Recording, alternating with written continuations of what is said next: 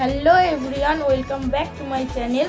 তো আজকে আমি ফার্স্ট টাইম বিরিয়ানি বানাবো। তো তোমাদের সাথে শেয়ার করব আমি আজকে ফার্স্ট টাইম কী করে বিরিয়ানি বানাই। তো তোমরা দেখতে থাকো। তো দেখো, আমি বিরিয়ানি রাইস নিয়ে নিচ্ছি। এখানে আছে 750 গ্রামের চাল। তো এটাকে আমি এখন ভেজাবো। মা এখানে দেখো ওই জলটা ভিজিয়ে নিচ্ছে চালে। তো তারপর দেখো আমি আলু এবং ডিমটাকে সেদ্ধ বসাতে দিয়ে দিলাম, হলুদ দিয়েছি এবং নুন দিয়েছি। তো দেখো আমি সেদ্ধ বসিয়ে দিয়েছি। এবার আমি একটা এখানে পেস্ট বানিয়ে নিয়েছি। এখানে হচ্ছে আদা, রসুন এবং লঙ্কার একটি পেস্ট বানিয়ে নিয়েছি। তো দেখো আমি ভাত রান্না করার জন্য আমি ভাতের জলটা বসিয়ে দিচ্ছি। তো জলের মধ্যে দেখো আমি একটু নুন দিয়ে দিলাম। জলের মধ্যে আমি এই মশলাগুলো দিয়ে দিলাম। তো দেখে নাও কী কী মশলা দিয়ে দিলাম। তো আমি এগুলো জলের মধ্যে দিয়ে দেবো। এবার জলটা ফুটে গেলে তারপর আমি চালগুলো এর মধ্যে ঢেলে দেবো। এর মধ্যে আমি একটুখানি সাদা তেলও দিয়ে দিলাম। তো জলটা ফুটে গেলে এরপরে আমি ভাতটা এর মধ্যে ঢেলে দেবো। সরি গাইস, আমি এখানে ভাত বলে দিচ্ছি, এখানে হবে চালটা আমি ঢেলে দেবো। তো আমি দেখো এখানে চিকেনটা আমি ধুয়ে এনেছি। ধুয়ে নেওয়ার পরে আমি এর মধ্যে সব মশলাগুলো অ্যাড করব। তো আমি এখন একটা লেবু এর মধ্যে দিয়ে দেবো। পুরো ভালো করে কষলে কিন্তু পারি না গাইস। কিছু ভুল হলে কমেন্টে তোমরা আমাকে ঠিক করে দিও, ঠিক আছে? পুরো লেবুটা কিন্তু আমি পুরো হাফ লেবু দিইনি, পুরো লেবু দিয়েছি। তো আমি এখন এই লেবুটা ভালো করে মাখিয়ে আমি একটুখানি রেখে দেবো। দেখুন ভালো করে মাখিয়ে নিচ্ছি। লেবুটা কেন দেয় গাইস জানো তোমরা? মা বললো যে লেবুটা দিলে মাংসের যে একটা গন্ধ থাকে ওই গন্ধটা চলে যায়। তো এটাকে আমি এখন রেখে দেবো। তো তোমরা তো দেখলেই আমি মাংসটাকে আমি একটু চাপা দিয়ে রেখে দিচ্ছি, ওটা থাক। এবার আমি বিরিয়ানির জন্য যে মশলাগুলো লাগবে সেই মশলাগুলো আমি বানিয়ে নেবো। তো তোমরা দেখে নাও কী কী মশলা এখানে রাখা আছে, এগুলোকে আমি সব গুঁড়ো করে নেবো। তো আমি মশলাগুলো দেখো সব পেস্ট করে নিয়ে নিলাম। এগুলো এবার বিরিয়ানিতে ইউজ হবে। তো তোমরা দেখেছিলে যে আদা রসুনের যে আমি লঙ্কার যে পেস্টটা বানিয়েছিলাম, তো সেইটা মাকে একটু বললাম, মা একটু হেল্প করে দাও। তো মা ওটাকে এখন একটা নেটের কাপড়ের মধ্য দিয়ে ছেঁকে নিচ্ছে। ছাকার কারণ হচ্ছে যাতে মশলাগুলো আমাদের মুখে না পড়ে। তো দেখো মাংসটা 10 মিনিটের জন্য রেখে দিয়েছিলাম। তো আমি এটাকে এখন ম্যারিনেট করে নেবো। তো ম্যারিনেট করার জন্য আমি দই নিয়ে নিচ্ছি। এখানে লঙ্কার গুঁড়ো, কাশ্মীরি লঙ্কার গুঁড়ো, হলুদ, নুন, তারপরে যেই পেস্টটা এটার মাধ্যমে যেটা ছেঁকে নিয়েছিল ওইটাও দিয়ে দেবো, আর একটু সাদা তেলও দিয়ে দেবো। তো আমি প্রথমেই আদা রসুনের পেস্টটা দিয়ে দিলাম। তারপরে যেই দইটা আমি ফাটিয়ে রেখেছিলাম ওই দইটাও দিয়ে দিলাম। তো তারপরে আমি এখানে লঙ্কার গুঁড়ো, কাশ্মীরি লঙ্কার গুঁড়ো, হলুদ এবং নুনগুলো সব দিয়ে দিলাম। তো তারপর আমি এটাকে এবার মাখিয়ে নেবো। গাইস আমি হাত দিয়ে মাখাই, তোমরা পরে দেখবে, দাঁড়াও। তো আমি হাত দিয়ে দেখো গাইস মাখাচ্ছি। লাল লাল লঙ্কা আমি কোনোদিন এমনি মাখাইনি। জানি না হাত জ্বালা করবে কিনা। আমার হাত জ্বালা করবে? একটু তো করবে, ভালোভাবে সাবান দিয়ে হাত ধুয়ে নেবে। তো এটাকে দেখো আমি মাখিয়ে নিলাম। এরপর এর মধ্যে আমি একটু সাদা তেলও দিয়ে নেবো। তো আমার একটু দিয়ে দাও, কেন আমার হাতটা এমনি হয়ে আছে। তো আর এক এক দিকে ক্যামেরা ধরে আছি।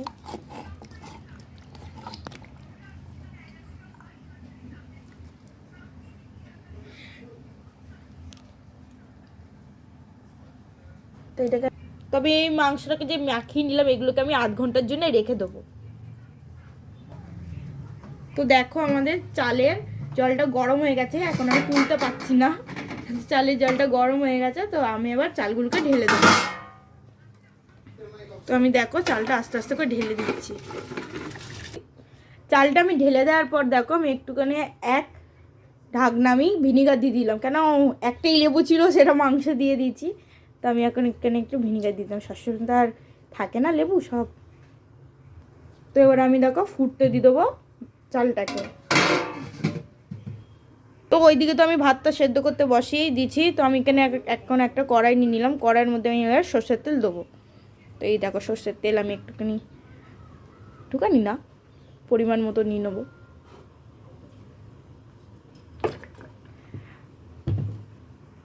তেলটা এবার একটু গরম হোক, গরম হয়ে যাওয়ার পর আমি এই পেঁয়াজগুলো ওর মধ্যে দিয়ে দেবো। পেঁয়াজটা আমি বেরেস্তা বানিয়ে নেবো। তো দেখো তেলটা আমার এখানে গরম হয়ে গেছে, ধোয়া উঠতে শুরু করে দিয়েছে। মানে আমি পেঁয়াজটা আস্তে আস্তে দিয়ে দেবো, না ছেটিয়ে। তারপরে আমি একটু নেড়ে নেবো।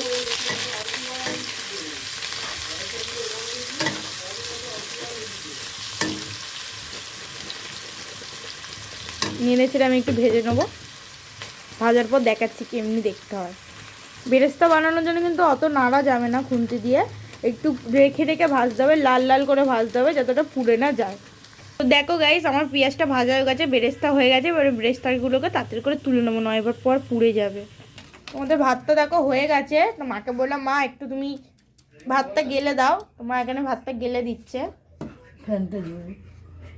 ফ্যানটা আমি ঝরিয়ে দিলাম। হ্যাঁ, তো এরপর দেখো আমি এর মধ্যে আরেকটু তেল নিয়ে নিলাম।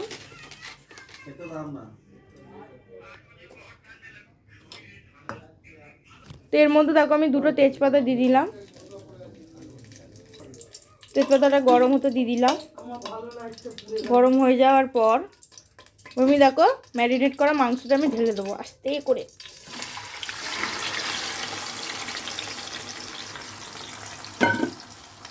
মাংসটা ঢেলে দেওয়ার পর দেখো আমি এখানে একটা পাত্রে গরম জল করতে বসিয়ে দিয়েছি। তো মাংসটাকে আমি এবার কষিয়ে নেবো, ভালো করে খুন্তি দিয়ে নেড়ে নেড়ে কষিয়ে নেবো।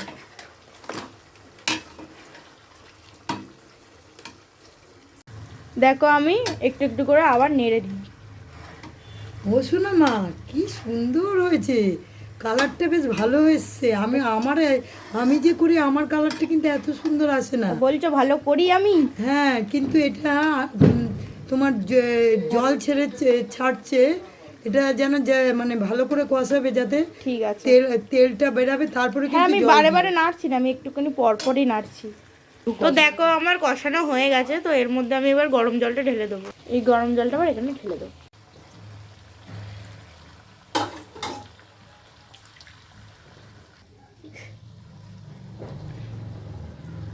তো দেখো আমি জলটা দিয়ে দেওয়ার পর কিছুক্ষণ এটা ফুটার জন্য রেখে দেবো।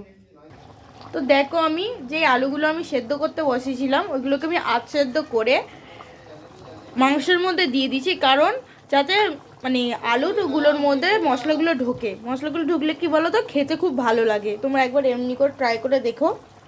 তো আমি যেই মশলাটা করেছিলাম বিরিয়ানি মশলাটা, তো আমি ওটাও একটুখানি ছড়িয়ে দেবো ওপরে। ছড়িয়ে দেওয়ার পর আমি এটা একটু নেড়ে নেবো যাতে টেস্টটা ভালো হয়। না নাড়বো না, এটা একটু ফুটে নিই, তারপর আমি এটা একটু নেড়ে দেবো। তো দেখো বিরিয়ানি বানানোর জন্য এই পেস্টটাও দিতে হয়, এটাকে আমি মাকে বানাতে দেখেছি, তো তোমরাও দেখে নাও এর মধ্যে কী দেয়। তো আমি নিয়ে নিচ্ছি প্রথমে গরুর দুধ। তো এটা হচ্ছে গোলাপ জল, এটা হচ্ছে কেওড়া জল, আর এটা হচ্ছে মিঠা আতর। তো আমি এই সবগুলোকে এখন দিয়ে দেবো। তো প্রথমে দেখো আমি গোলাপ জল দিয়ে নিলাম একটুখানি, তারপর আমি এখানে কেওড়া জল দিয়ে দিলাম একটুখানি, তারপর আমি এখানে মিঠা আতরটাও দিয়ে দিলাম। কি সুন্দর গন্ধ বেরাচ্ছে গাইস। এটা কিন্তু এই মিঠা আতরটা একটুখানি দেবে নয়, অনেক গন্ধ সেন্ট হয়ে যাবে অনেক। পাশে একটা সাইজ ছুরি রাখা ছিল, আমি ছুরিটা দিয়ে এটা গুলে নিলাম।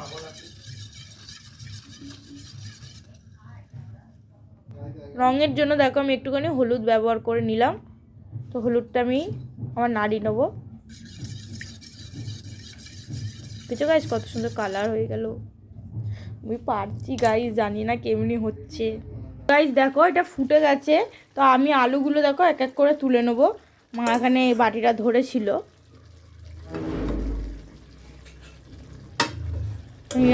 আলুগুলো আমি তুলে নিই, তারপর তোমাদের দেখাচ্ছি, দেখতে থাকো।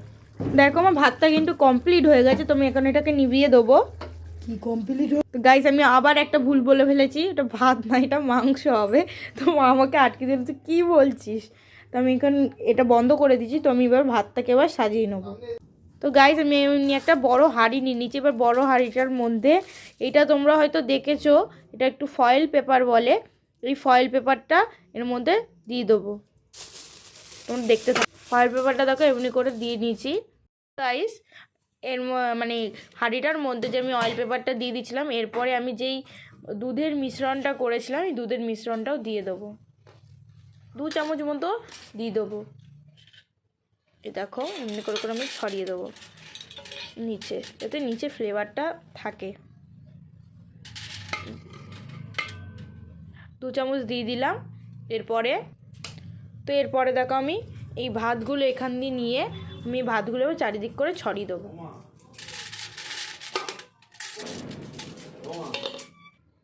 দেখো আমি ভাতগুলোকে করে করে সাজিয়ে নিচ্ছি।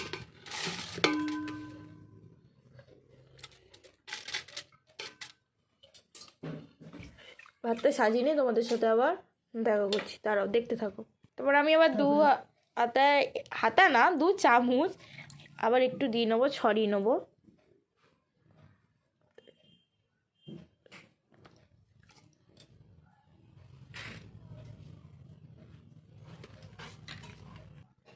মাংসগুলো দেখো এক এক করে চারিদিক করে করে একটু করে করে আমি ছড়িয়ে দেবো। মাংসগুলো সাজিয়ে নিয়েছি, সাজিয়ে নেওয়ার পর মানে একটা একটা করে মাংস দিয়ে দেবো। তারপর আমি গ্রেভিটাও দেখো একটু ছড়িয়ে নিয়েছি। তারপর আমি যেই বিরিয়ানি মশলাটা বানিয়েছিলাম ওই বিরিয়ানি মশলাটা ছড়িয়ে দেবো, আর এখানে গোলমরিচ আছে গোলমরিচগুলো ছড়িয়ে দেবো। তো দেখো একটুখানি নিয়ে নেবো, নিয়ে এমনি করে করে ছড়িয়ে দেবো। তারপরে গরম মশলাটা নেবো একটুখানি। এরপরে দেখো আমি যে বেরেস্তাটা করেছিলাম ওই বেরেস্তাটাও ছড়িয়ে দেবো, অল্প অল্প করে ছড়িয়ে দেবো। ছড়িয়ে দেওয়ার পর আমি যে পেঁয়াজের বেরেস্তাটা করেছিলাম ওর তেলও দিয়ে দেবো। ওর তেলটা এরম করে জানো, যে দাদা বৌদির বিরিয়ানি তোমরা খেয়েছো ওরা এমনি করে ইউজ করে। এবার আমি দেখে নিলে কেমনি করে হবে। এরপর আমি আবার ভাত দিতে হবে, আবার মাংস দিতে হবে, আবার সব কিছু একই স্টেপ হবে। ওইগুলো করে নেওয়ার পর তোমাদের সাথে দেখা হচ্ছে। তো দেখে নাও আমার ওই প্রসেসিংগুলো করে নেওয়ার পর আমি দেখো ওপরে আলুগুলো সাজিয়ে নিলাম এবং ডিমগুলো দিয়ে দিলাম। তো এবার আমি এটাকে এবার দমে বসিয়ে দেবো। এর মধ্যে আমি ওপরে ঢাকনি দিয়ে আদা না আটাটাকে আমি ওর মধ্যে জড়িয়ে দেবো যাতে হাওয়াটা না বেরিয়ে যায়। তো তোমাদের দেখাচ্ছি। দেখো আমি একটা তাওয়া বসিয়ে নিচ্ছি, বা তাওয়াটার মধ্যে আমি দমে বসিয়ে দেবো। দেখো আমি এটাকে এবার 10 মিনিট আমি দমে রেখে দেবো। বিরিয়ানি কমপ্লিট। এবার বিরিয়ানিটা আমার ঢাকনিটা তুলে নেবো। কত সুন্দর হয়েছে দেখো গাইস, নাড়িয়েছি বলে ওপরের আলুগুলো একটুখানি এদিক ওদিক হয়ে গেছে। এবার দেখবো খেয়ে কেমনি হয়। তো দেখো থালায় মা দিয়ে দিল গরম গরম বিরিয়ানি। এটার সাথে আমি রায়তা দিয়ে খাবো।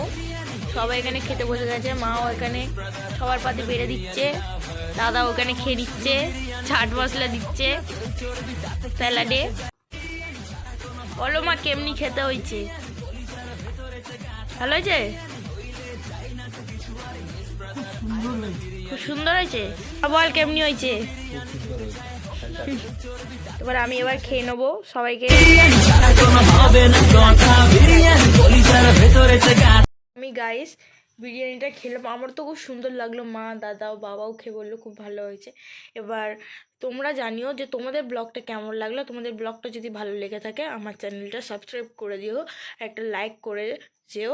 তো আজকের জন্য টাটা।